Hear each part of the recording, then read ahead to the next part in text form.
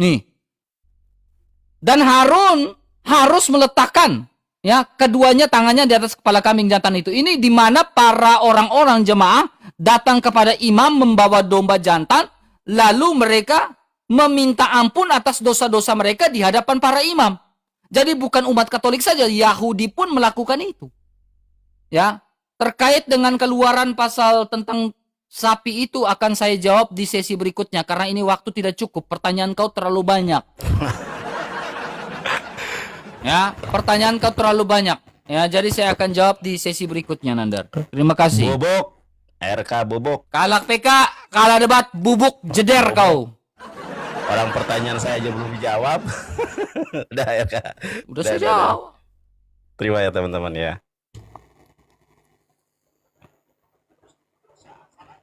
Oke, terima kasih teman-teman semuanya.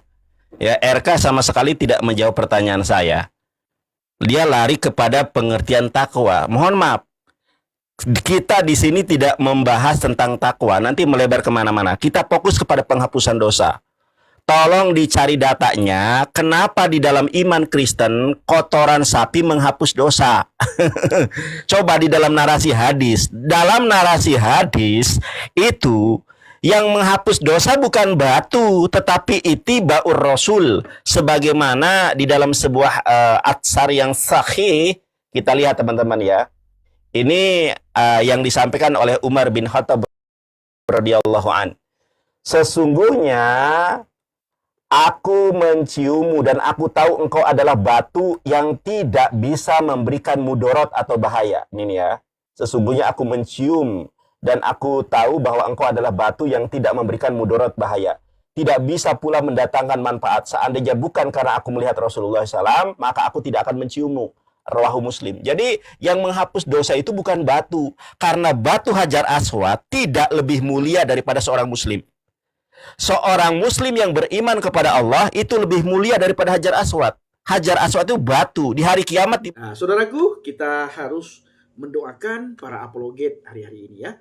Doakan mereka, doakan para apologet. Kita harus berdoa secara ekstra supaya para apologet ini diberikan kesehatian oleh Tuhan, kompak, maju bersama, berjalan bersama, saling mensupport, saling mendoakan, saling menasehati, dan saling mendukung. Bukan saling ancam-mengancam, bongkar-membongkar, hina-menghina, olok-mengolok. Haleluya, haleluya, haleluya. Assalamualaikum warahmatullahi wabarakatuh. Salam Aki. Aku kabarkan Injil keselamatan. Bapak Ibu dan si Tuhan, ketemu lagi dengan saya Evangelis Avraham Effendi Usman. Bagaimana kabar Bapak Ibu semua? Tentu luar biasa. Yes, yes, wow. Kita itu sangat istimewa. Nah Bapak Ibu, saya ingin mengajak kita semuanya untuk menyaksikan sebuah cuplikan video diskusi Bang RK dengan Yonatan Nandar yang mengaku dirinya evangelis. Nah Bapak Ibu, saya sangat heran sekali bahwa para polemikus muslim itu sangat suka sekali mencomot-comot ayat Alkitab, lalu dia tafsirkan menurut udelnya, menurut pikirannya. Bahkan cenderung para polemikus itu Bapak Ibu memancing amarah para apologet. Dan kita harus mengingatkan teman-teman kita yang berapologet di media sosial, yang diskusi di media sosial, jangan sampai terpancing amarah. Kalau sudah terpancing amarah, lalu kita melakukan hal yang sama seperti yang dilakukan oleh si Yonatan Nandar, maka orang-orang di belakang Yonatan Nandar, Bapak Ibu, sudah siap dengan rekam layar. Kita melakukan hal yang sama, direkam layar, lalu dilaporkan ke pihak yang berwajib atas dasar hukum penistaan agama. Dan goal Bapak Ibu, ya. Memang lawan debat kita tidak akan melaporkan, tapi orang di balik mereka yang tidak siap ketika imannya dikritik, yang tidak siap ketika agamanya dikritik, yang tidak siap ketika kitabnya dikritik, maka orang itu yang sangat banyak jumlahnya di belakang lawan debat kita akan dibawa kata-kata kita yang tidak enak didengar oleh mereka, yang tidak enak di telinga mereka, yang tidak berkenan pada mereka, maka akan dibawa ke ranah hukum. Ya kita lihat kasus anak Batak. Lagi debat, bisa ketangkoi saudaraku. Ya, anak Batak. Nah, begitu juga Bapak Muhammad Keci yang sudah keluar hari-hari ini. Beliau juga mengalami hal yang sama. Mereka tidak senang. Sekalipun ada data. Benar datanya itu. Menurut kita itu benar. Tidak kita tambahkan dan tidak kita kurangi. Tapi orang di belakang lawan debat kita itu tidak terima dengan data-data yang kita sampaikan. Maka kita harus hati-hati. Dan kita bersyukur Bang RK bisa mengontrol emosinya Bapak Ibu. Banyak sekali pertanyaan-pertanyaan si Yonatan Nandar yang dijawab oleh Bang RK. Tetapi ketika Bang RK bertanya kepada si Yonatan Nandar, dia jawab asal-asalan. Yang penting jawab aja dia. Mau benar atau tidak benar, yang penting bagi dia itu jawab. Ya, setelah dia jawab, dia bisanya mengolok-olok, menghina, mencemooh, menertawakan. Dan apapun yang kita jawab, dia tidak mau dengar dengan baik Bapak Ibu. Ini dia. Karena tujuannya bukan untuk mencari kebenaran. Tujuan mereka debat dengan kita orang Kristen. Yang pertama sekali mencari keuntungan. Yang kedua, tujuannya menghina, mengolok-olok, dan menista. Mereka itu Bapak Ibu kebal ya dengan hukum penistaan agama. Kebal. Sekalipun kita laporkan, itu sulit sekali untuk ditangkoi. Nah, dan sudah pernah kan Bapak Ibu lihat, kita lihat sama-sama, sudah pernah dilaporkan oleh seorang pengacara. Dan sampai sekarang tidak gol-gol ya, tidak ditangkoi-tangkoi. Dan entah bagaimana sudah kasusnya ini Bapak Ibu, kita tidak tahu. Nah, saudaraku, bagaimana jalannya diskusi? Mari kita saksikan sama-sama. Mari kita lihat sama-sama, dan apa yang kita dapatkan nantinya silahkan tulis di kolom komentar. Mari Bapak Ibu. Nih. Dan Harun harus meletakkan ya keduanya tangannya di atas kepala kambing jantan itu. Ini di mana para orang-orang jemaah datang kepada imam membawa domba jantan, lalu mereka meminta ampun atas dosa-dosa mereka di hadapan para imam. Jadi bukan umat Katolik saja, Yahudi pun melakukan itu. Ya, terkait dengan keluaran pasal tentang sapi itu akan saya jawab di sesi berikutnya karena ini waktu tidak cukup. Pertanyaan kau terlalu banyak. Ya, pertanyaan kau terlalu banyak. Ya, jadi saya akan jawab di sesi berikutnya, Nandar. Terima kasih. Bubuk, RK bubuk. Kalah PK, kalah debat, bubuk jeder kau. Orang pertanyaan saya aja belum dijawab. Udah RK. Udah saya jawab. Terima ya teman-teman ya.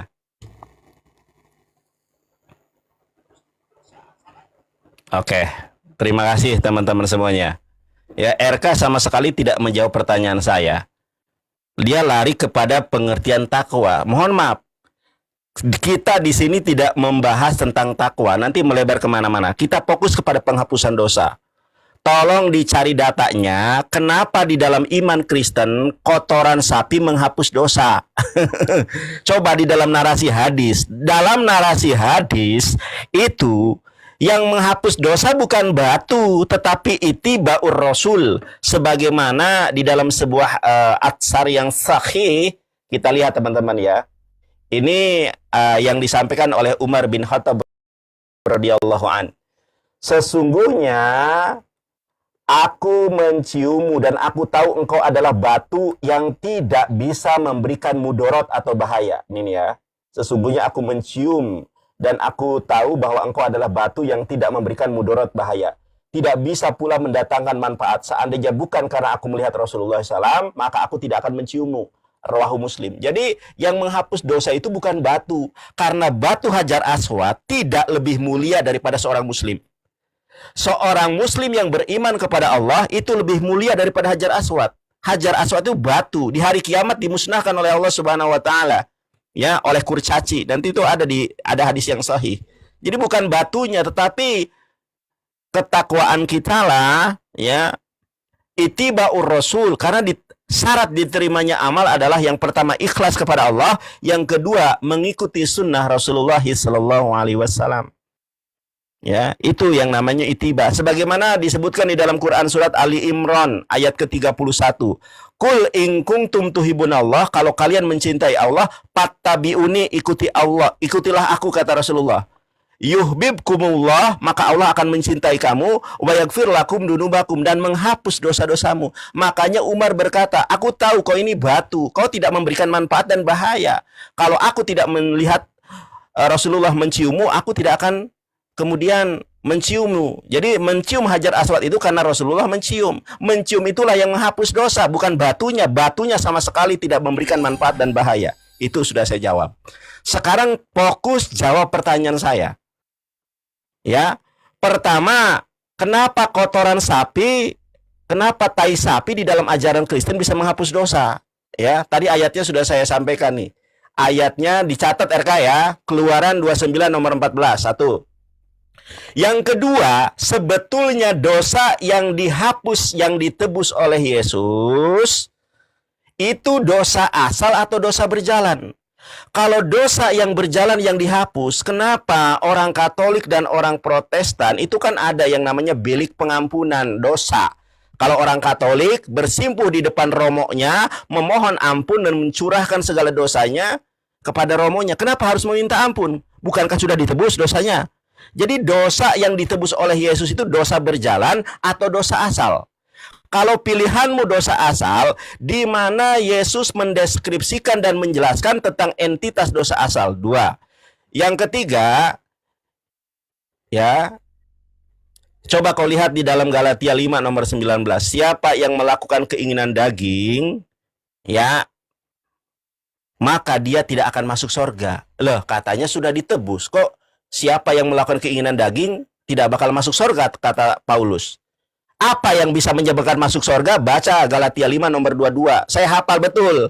Karena dulu saya ngajarin anak sekolah minggu. Anak-anak, 9 buah roh yuk. Kasih, sukacita, damai sejahtera, kesabaran, kemurahan, kebaikan, kesetiaan, kelemah lembutan, dan penguasaan diri. Saya tanya, orang Kristen mana yang mampu dan dapat melakukan 9 buah roh seperti yang dikatakan oleh Paulus? Kemudian kenapa Yesus di dalam Matius 5 nomor 20 mengatakan, apabila keagamaanmu tidak lebih benar daripada agama Yahudi, Farisi, kamu tidak akan masuk surga. Lah, katanya sudah ditebus. Kok kata Yesus gak bakal masuk surga? Sebetulnya surga ini untuk siapa dalam ajaran kamu? Kok saling kontradiktif? Saling kontradiksi gitu loh. Toba, berpikir dan bertobatlah, kerajaan surga sudah dekat. Jangan terbuai dengan hayalan saja. Ternyata pas sudah mati masuk neraka. Aduh, bahaya nih. Penebusan dosa pas mati kok masuk neraka. Nanti malaikat mungkar nakir bubukon. Tolong dijawab ya RK ya. Jangan kemana-mana RK ya. Kasihan kalau debat kalau PK. Teman-teman, kita menang debat tapi kalah PK terus nih. Kemana nih para sultannya nih? Oke. Mau bercanda ya guys. Oke RK, gas. Jawab pertanyaan saya, bingung. Ya. Jadi poin pertama Nandar ya tentang kotoran sapi ya Nandar ya. Ya, jadi kotoran sapi itu ya, sabar, saya balik kamera dulu. Ya. Oke. Ya, poin pertama nih Nandar ya. Jadi kalau kita lihat di dalam Imamat pasal 16 ayat 15 itu pun semua harus dibakar. Ya, semua harus dibakar. Nih. Ini Imamat pasal 16 ayat 16 ayat 15 sampai 20 itu semua harus dibakar. Kulit-kulitnya semuanya harus dibakar. Ya, semuanya harus dibakar. Tentunya semuanya ini memiliki maksud dan tujuan. Ya, maksud dan tujuan adalah di sini kita lihat ya. Di dalam Yehezkiel pasal 4 ayat 11. Lalu firman-Nya kepadaku, lihatlah kalau begitu aku akan mengizinkan engkau memakai kotoran lembu ganti kotoran manusia dan bakarlah rotimu di atasnya. Ya. Ini saya bukan dalil kan, dalil ini. Kamu bisa simpan, tapi jangan kau framing. Ya. Tetapi kalau kita lihat konteks dalam kitab Yehezkiel dari atas sampai ke bawah ini Nandar, ya, di sini berbicara tentang simbol dari pengepungan Yerusalem itu. Ya. Mengapa harus lakukan itu? Karena orang Yahudi, orang Israel melakukan itu adalah bagian dari simbol dari pengepungan Yerusalem yang terjadi pada saat itu. Ya, mereka lakukan itu. Dan poin berikutnya adalah makna dari kotoran sapi itu, Nandar. Ya, mengapa? Bukan cuma kotoran sapi, kulitnya semuanya harus dibakar. Mengapa demikian? Ya, kotoran itu melambangkan apa? Melambangkan dosa. Dosa yang harus dibakar habis. Ya, jadi maknanya itu, ya, bukan berarti sapi itu adalah yang menghapus dosa. Bukan seperti itu, tetapi simbol di balik itu. Makna di balik itu. Latar belakang di balik itu. Bukan tainya. Bukan tainya. Bukan cuma tai yang dibakar, kulitnya juga dibakar habis.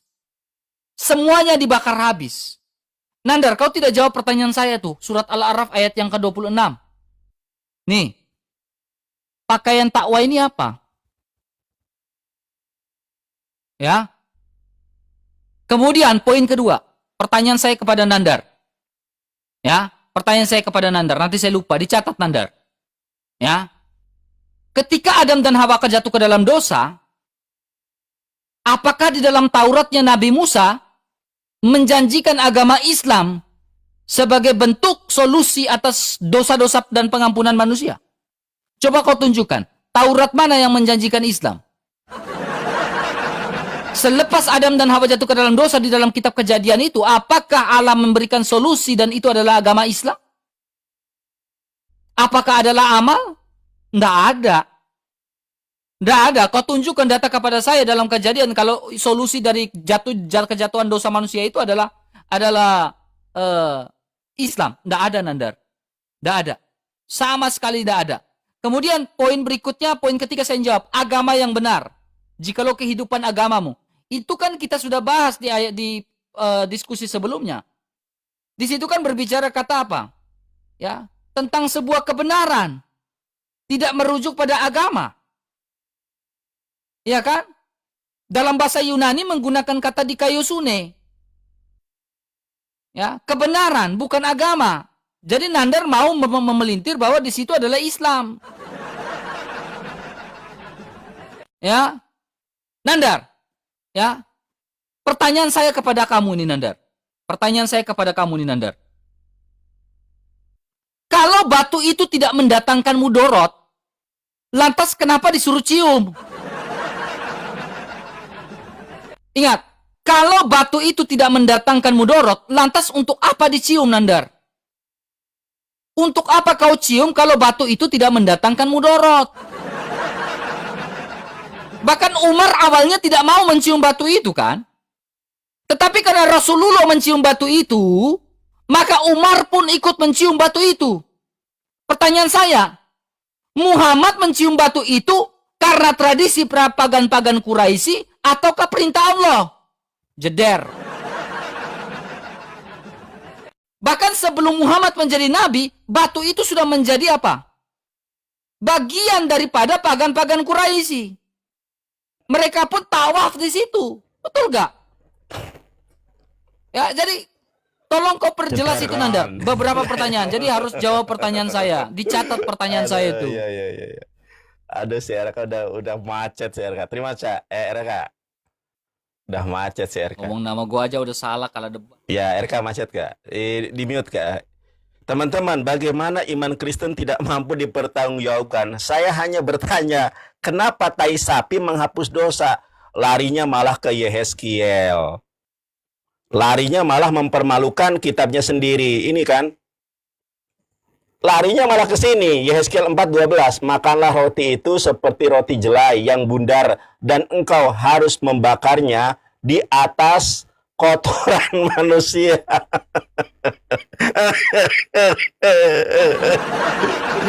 Aduh, lu malah mempermalukan kitab sucinya sendiri. Sekotor inikah ajaran Kristen sehingga roti harus dibakar di atas kotoran manusia? Ini loh. Ya ampun, kamu larinya malah ke sini. Saya nggak bawa ini.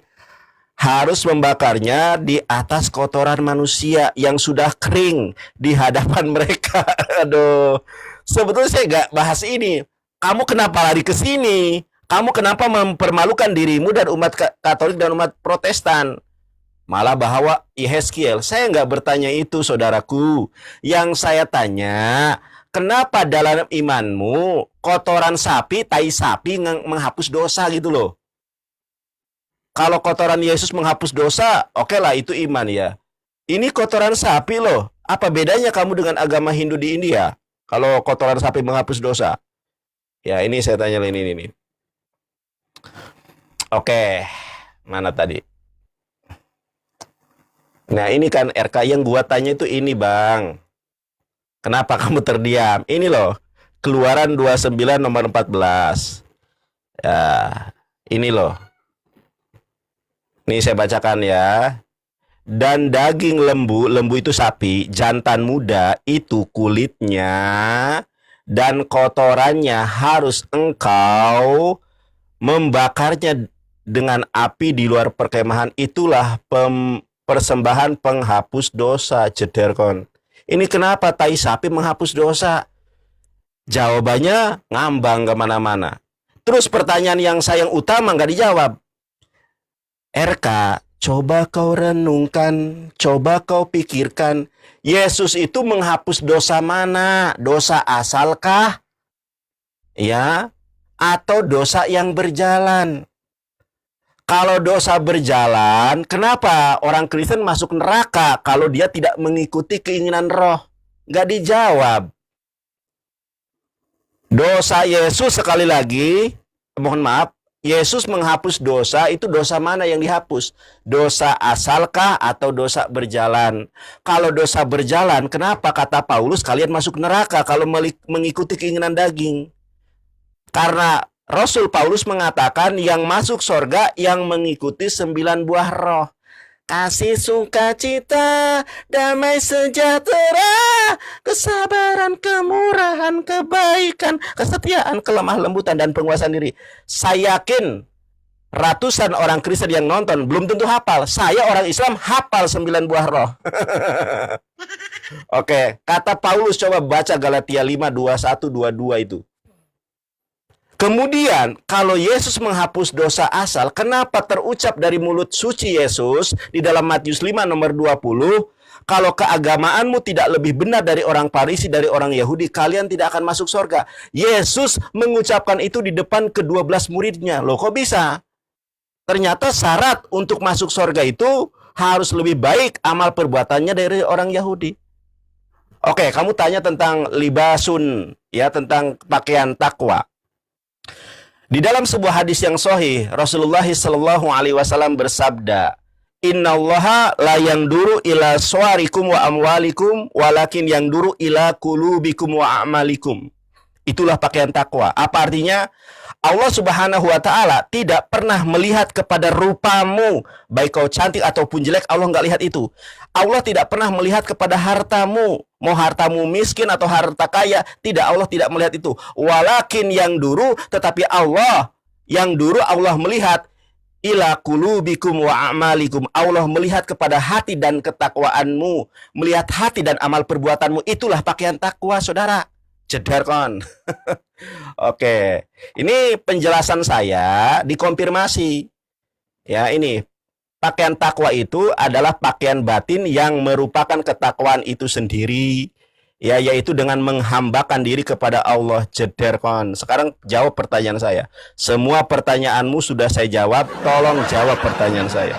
Kalau tidak mampu, angkat bendera putih.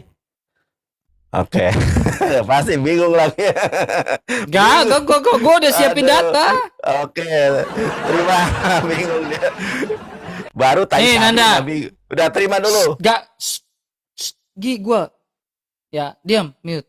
Nih Nadar, ini buku yang saya pakai adalah Tafsir Ibnu Katsir nih, Kisah Para Nabi nih Nadar.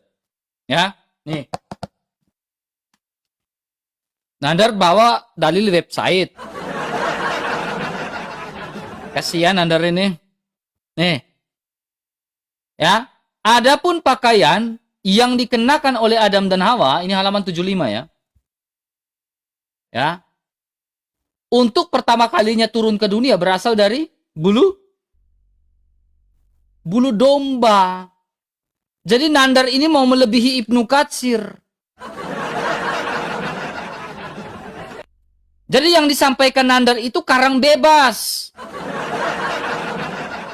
Kenapa saya bilang Nandar karang bebas? Karena Nandar mengajarkan berbeda dari apa yang diajarkan oleh para imam.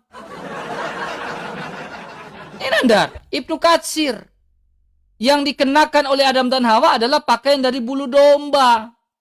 Pertanyaan saya, mengapa harus domba, Nandar? Mengapa bukan yang lain? Kenapa harus domba? Jadi saya bertanya, saya yang menjawab sendiri. Karena apa? Nandar membawa dalil tidak sesuai dengan ajaran para imam, yang imam-imam Ibnu Katsir dan lain-lain. Ya, gitu. Ya, Nandar, kan saya sudah jelaskan tentang agama yang benar. Di situ kan menggunakan kata dikayusune. Ya, bukan agama di situ. Sebenarnya itu di situ bukan agama, tapi kebenaran. Ya. Jadi pertanyaan kamu adalah, apakah Yesus menghapus dosa? Ya, yang berjalan dan yang sudah terjadi?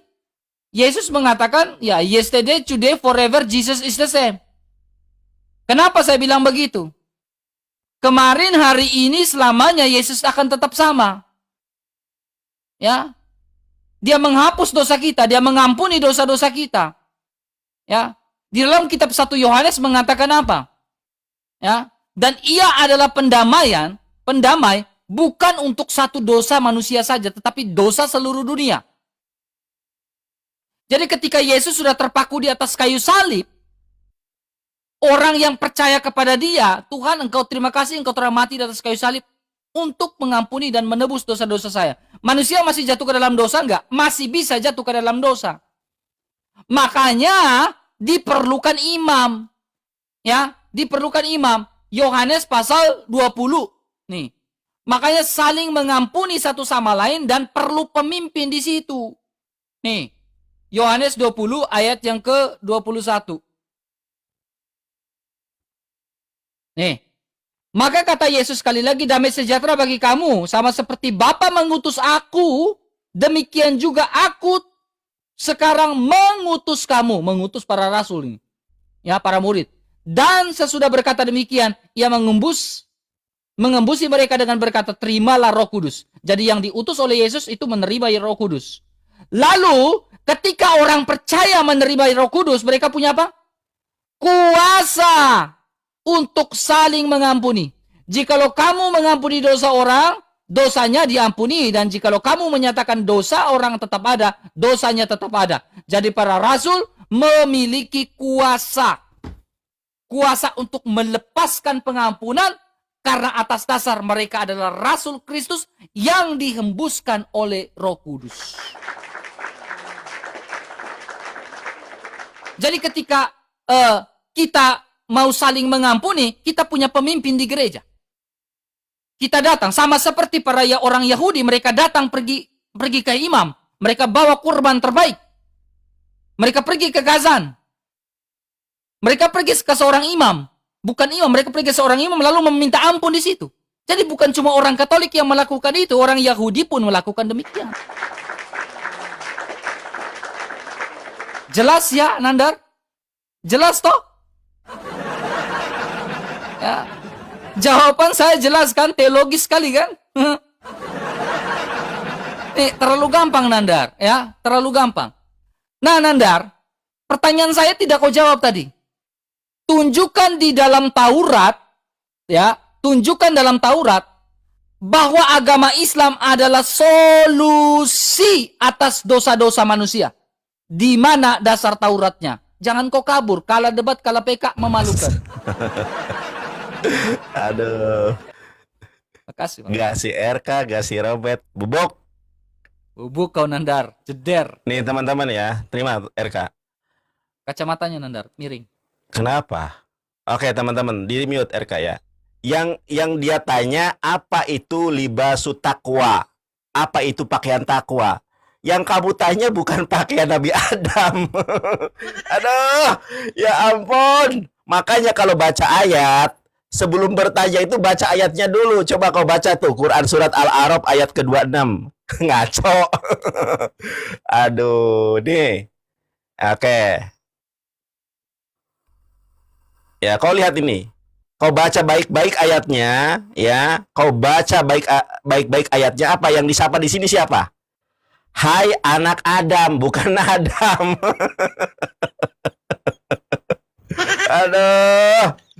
Ya, untuk menutup auratmu dan pakaian yang indah, untuk perhiasan dan pakaian takwa, itulah yang baik, yang paling baik.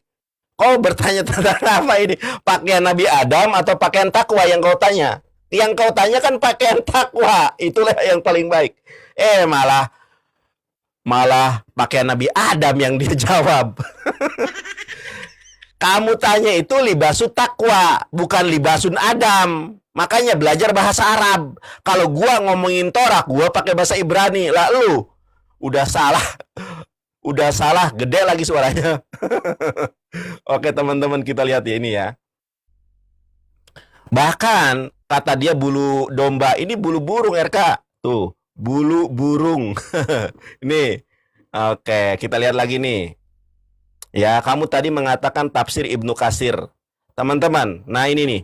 Kamu kan tanya, apa itu libasu takwa? Ibnu Jurais berkata bahwa libasu takwa adalah keimanan, bukan bulu domba. Ya apa sih lu nanya? Kamu bertanya, bukan Nandar, waktu Adam pakai pakaian itu pakaian apa? Baru mungkin jawabannya mengarah kemana gitu. Ini Kak yang kamu tanya itu libasu takwa. Nandar, libasu takwa itu apa? Kok lari-lari ke pakaian Nabi Adam? Kocak ini, RK. Makanya kalau kau baca tafsir Ibnu Katsir, ini tafsir Ibnu Katsir ya guys ya. Tafsir Ibnu Katsir, baca dong sampai tuntas. Apa tuh libasu takwa? Ya, libasu takwa adalah keimanan. Ceder kon. Makanya enggak Katolik, enggak Protestan, enggak si Robert, enggak si Joseph, enggak si RK.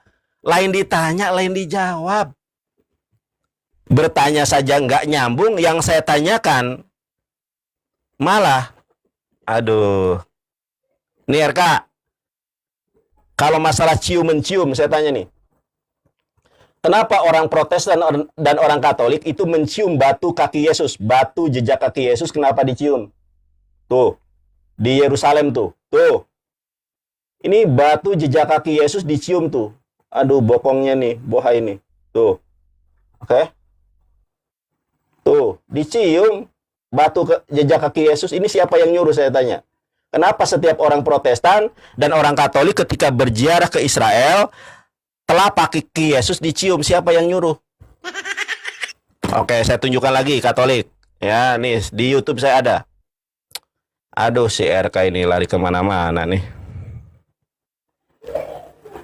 Lihat RK. Ya, teman-teman lihat ya. Mana nih? Bobok. Gua kira berbobot si RK ini tuh. Tambah lama tambah on si RK. Mohon maaf RK ya. Ini orang Katolik mencium patung, kamu itu gimana sih RK? Kamu kan Katolik. Ya. Coba saya tanya, ini kan sama. Nih, aduh waktunya ya. Oke. Ini aja nih. Gak usah pakai suara nih. Kamu lihat nih, ini Katolik nih.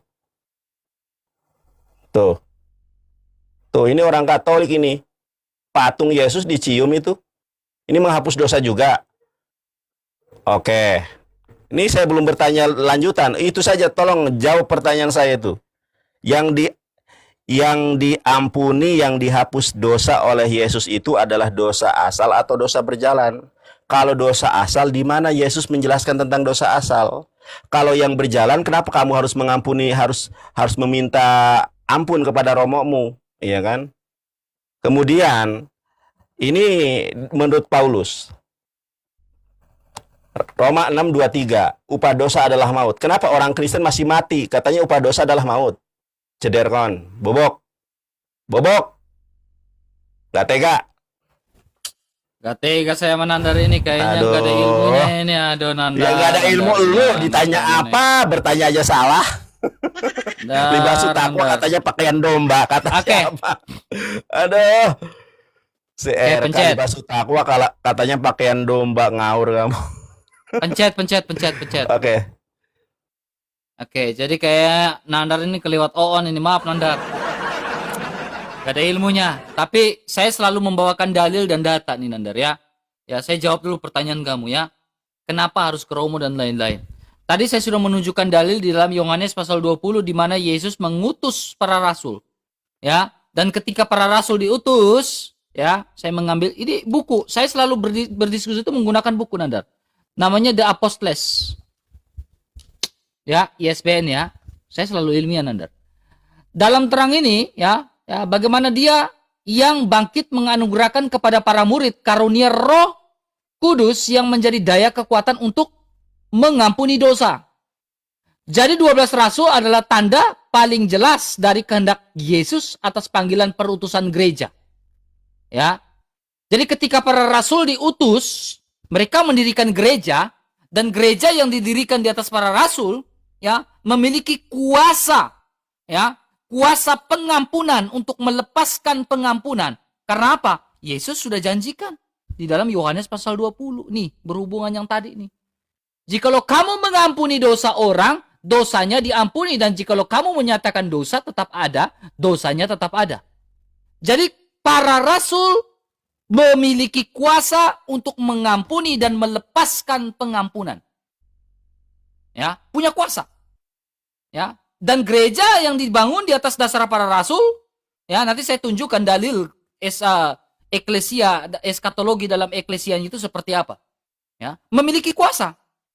Ya, melepaskan pengampunan. Ya. Jadi bukan cuma orang Katolik, kan saya sudah bilang. Orang Yahudi pun, para jemaah dan umatnya itu datang kepada para imam. Imamat pasal 16. Kan saya sudah tunjukkan ayatnya. Ya. Jangan malu-malu, Nandar. Poin berikutnya, Nandar. Ya.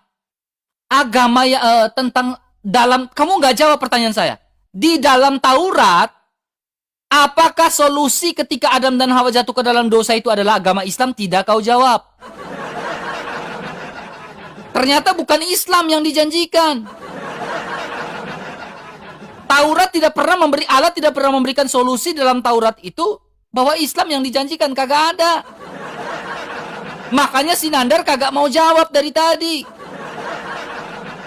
Kemudian dia bilang bulu burung.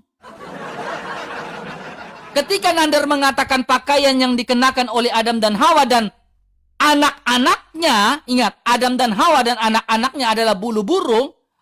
Sekarang berarti apakah Adam dan Hawa melakukan kurban itu burung?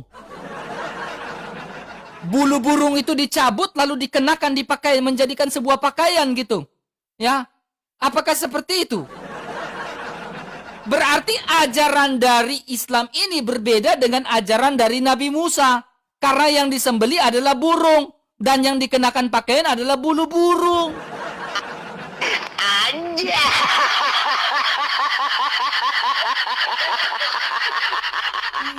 Beda kan, Anda? Berarti ajaran Nabi Musa berarti sudah sangat jelas.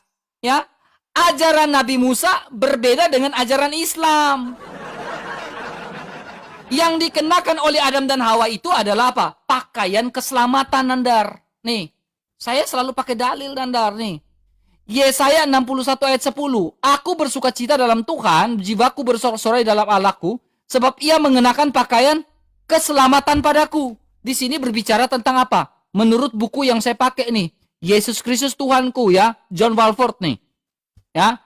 Ini pakaian Adam dan Hawa itu terbuat daripada apa? Bulu domba yang memiliki tipologi dan prototipe tentang apa? Tentang Kristus dan kematiannya. Yang menghapus dosa. Ya, sangat jelas di situ, Nandar. Ini saya ajar kau 2 SKS ini. Ya, 2 SKS saya ajar. Nandar, jawab pertanyaan saya. Pertanyaan saya itu simple. Kasihan kalau debat kalau PK, ya. Memalukan. Saya nggak tega sama kau, Nandar, ya. Kau dengar baik-baik, Nandar, ya. Kau dengar. Kau jawab pertanyaan saya, ya. Di manakah dalam Taurat ketika Adam dan Hawa jatuh ke dalam dosa dijanjikan Islam?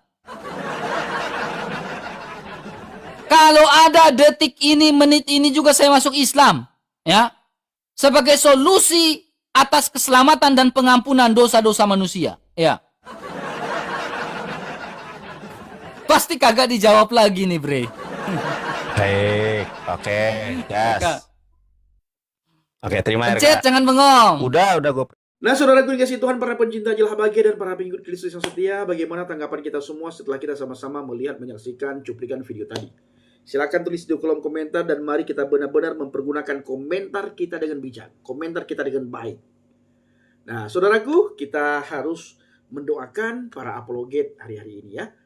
doakan mereka, doakan para apologet. Kita harus berdoa secara ekstra supaya para apologet ini diberikan kesehatian oleh Tuhan, kompak, maju bersama, berjalan bersama, saling mensupport, saling mendoakan, saling menasehati, dan saling mendukung. Bukan saling ancam-mengancam, bongkar-membongkar, hina-menghina, olok-mengolok. Kita adalah pengikut Kristus. Kita harus tunjukkan kepada dunia, kita berbeda dengan orang lain. Kita berbeda dengan para polemikus. Jangan kita bongkar-membongkar. Sedikit marah, sudah bongkar. Sedikit marah, sudah bongkar-membongkar. Itu sangat tidak boleh. Maka kita yang sering menonton para apologet, kita harus ambil bagian untuk mendoakan setiap para apologet yang ada di media sosial khususnya, Bapak Ibu.